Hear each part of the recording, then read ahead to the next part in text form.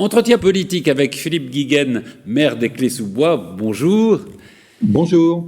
Alors, vous êtes donc le maire des Clés-sous-Bois depuis les dernières élections. Vous avez été élu au deuxième tour en juin dernier. Après une campagne qui, semble-t-il, a été assez difficile, il faut dire que la majorité municipale, dont vous faisiez partie depuis 3 mandats, dont 2 comme premier adjoint, était divisée. Est-ce que vous diriez qu'aujourd'hui, au fond, les plaies de cette campagne sont cicatrisées ?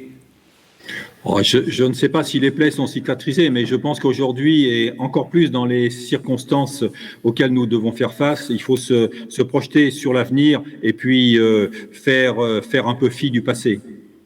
Alors cet entretien, on l'enregistre alors que les rumeurs on évoque très clairement la possibilité d'un reconfinement. Quels sont les problèmes que pose un maire comme vous êtes, justement la situation sanitaire et le risque de reconfinement?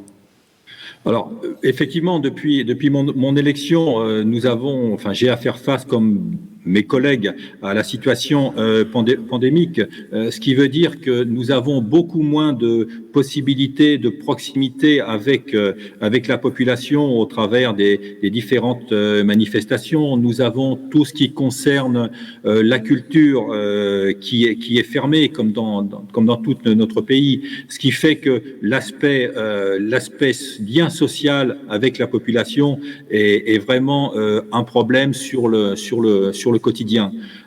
Après, il y a tout l'aspect social au travers des entreprises qui peuvent être fermées pour certaines de celles-ci, et les conséquences pour leurs employés. Pour l'instant, nous ne le vivons pas trop au quotidien, mais les conséquences, je les crains pour la suite. Et c'est ça, c'est pour plus tard que ça risque d'être grave. D'autant que vous avez beaucoup défendu, notamment les petits commerçants qui sont évidemment les premiers atteints par cette crise sanitaire. Est-ce qu'on parle beaucoup d'un abattement, d'une façon générale, de la population? Est-ce que c'est quelque chose que vous ressentez face à ces mesures qui, évidemment, sont très, très dures? Tout à fait. Je le ressens au quotidien. Je pense qu'il y a eu à peu près 3 phases dans la période que nous venons de passer. Le premier confinement à partir de mars, qui a été soudain, mais les gens ont compris et ont accepté. Et je pense que les Français, il faut quand même reconnaître qu'ils acceptent beaucoup de choses. Ils sont très très dociles.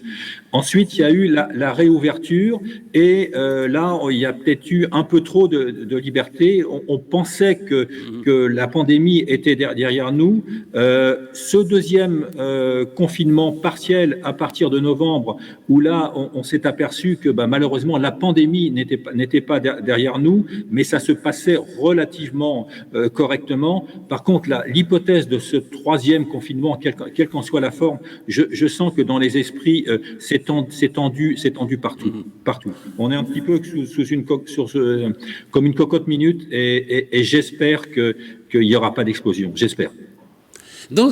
Parmi vos projets, il y a la création d'une maison interdisciplinaire de santé.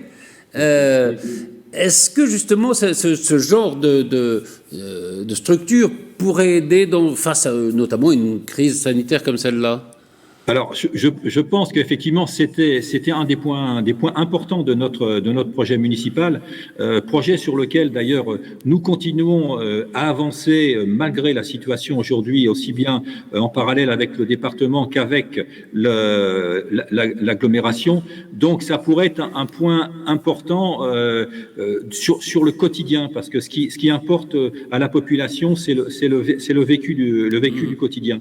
D'ailleurs, à propos de ce vécu du quotidien et des problèmes sur la vaccination auxquels font face beaucoup de nos concitoyens, je pense qu'on ne peut que saluer la façon dont le centre de vaccination au Vélodrome de Saint-Quentin a été organisé au bénéfice de la population du territoire, même si on doit reconnaître, mais ça c'est absolument pas du fait du territoire, il y a très très peu de doses de vaccins, puisqu'il n'y en a que 850 par semaine. Mais au moins, le territoire est efficace par rapport à ce niveau de vaccination. Les habitants des Clés, c'est plutôt au Vélodrome de Saint-Quentin qu'ils devront se faire vacciner, quand ils pourront le faire, évidemment. Oui, tout à fait. Il y a eu une très très bonne entente sur les 12 maires de la commune de Saint-Quentin pour l'organisation et l'affectation d'une partie de ces vaccins. Alors, vous avez été, je le disais, pendant longtemps adjoint aux finances, donc c'est un problème qui vous tient à cœur.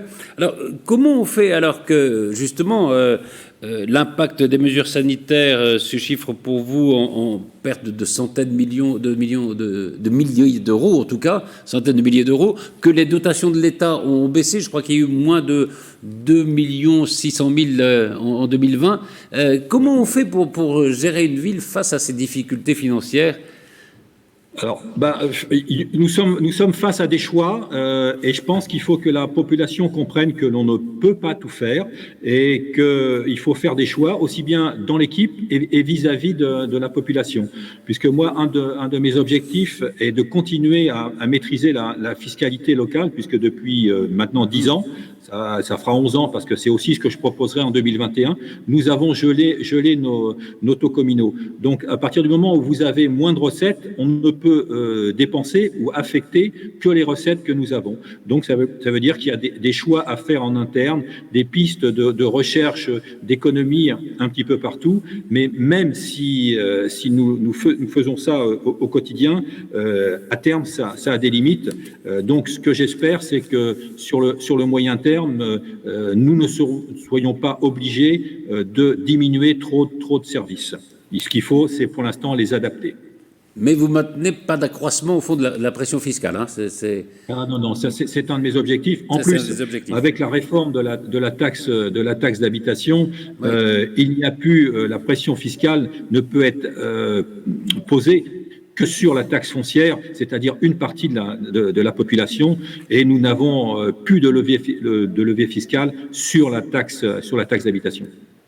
Alors, la ville des Clés-sous-Bois compte combien? À peu près 18 500 habitants, c'est ça? Non, 18 000, un peu moins de 18 000 habitants. Un peu moins de 18 000 habitants. Et vous-même, vous êtes plutôt engagé à lui garder un visage humain. C'est vrai que c'est une ville qui a eu une croissance très forte dans les 20 dernières années.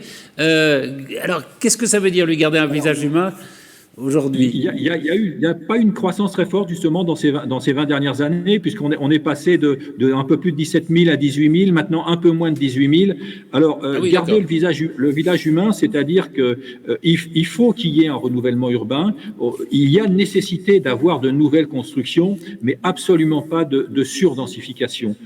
Pourquoi il y a nécessité de nouvelles constructions? C'est que vous avez des anciens qui sont dans des maisons individuelles qui veulent aller dans des appartements à présent. Malheureusement, il y a des couples qui se séparent, donc c'est le phénomène qu'on appelle de desserrement. Et si on ne veut pas avoir une baisse de la population, il est nécessaire d'avoir un minimum de construction. Mais ces constructions, tout cela doit être raisonné. C'est pour ça que nous avons, lors du dernier conseil municipal, relancé notre PLU et puis également créé un périmètre de sauvegarde pour éviter que les promoteurs puissent s'emparer de certaines parties de la ville où je sais très bien qu'il faudra reconstruire un petit peu, mais certainement pas dans les proportions que souhaitent les promoteurs. D'accord, donc il faut modérer ça. Un mot, évidemment, on parlait de la situation qui est très complexe. Dans votre programme, il y avait environ 140, je crois, engagements. Alors, vous n'en êtes qu'au tout début de votre mandat. Est-ce que vous avez l'espoir de pouvoir mener à bien la plupart de ces engagements, en tout cas? Oui, j'espère, mais c'est sur la longueur que l'on jugera, d'autant plus avec cette pandémie et la difficulté liée au démarrage. Mais sur la longueur, j'ai très bon espoir d'accomplir la majorité de ces engagements, et un certain nombre sont vraiment des engagements phares, et c'est aussi sur cela qu'il faudra se focaliser dans les années à venir. Un mot pour terminer sur l'entreprise Atos qui est sur votre territoire. Il y a eu des atteintes physiques, des cancers sur un certain nombre de personnes qui avaient travaillé dans cette entreprise. Où est-ce qu'on en est actuellement ? Alors, effectivement, il y a eu ces problèmes de cancer sur du personnel. Avec Atos, nous fonctionnons vraiment en toute transparence. Il y a des enquêtes qui ont été menées, des mesures qui ont été faites. Nous avons eu tous les résultats de ces mesures avec la direction d'Atos. Et pour aller un peu plus loin, nous avons sollicité également l'ARS pour faire des mesures complémentaires sur l'environnement, et j'ai même demandé qu'il y ait des mesures qui soient faites sur l'ensemble de la ville. Donc, dans les semaines à venir, je pense que nous aurons les résultats de ces mesures, et tout cela sera communiqué en toute transparence de la part de la municipalité, comme Atos l'a fait vis-à-vis de nous. L'objectif est d'être transparent pour la population et je l'espère et je le pense la rassurer. Merci beaucoup, Philippe Guiguen. J'espère qu'on aura l'occasion, évidemment, de se retrouver, de reparler et des Clés-sous-Bois, et puis peut-être aussi de l'université, parce que c'est aussi votre rôle à la communauté d'agglomération. Merci beaucoup, Philippe Guiguen. Avec de grands projets. Merci beaucoup. Au revoir. Au revoir.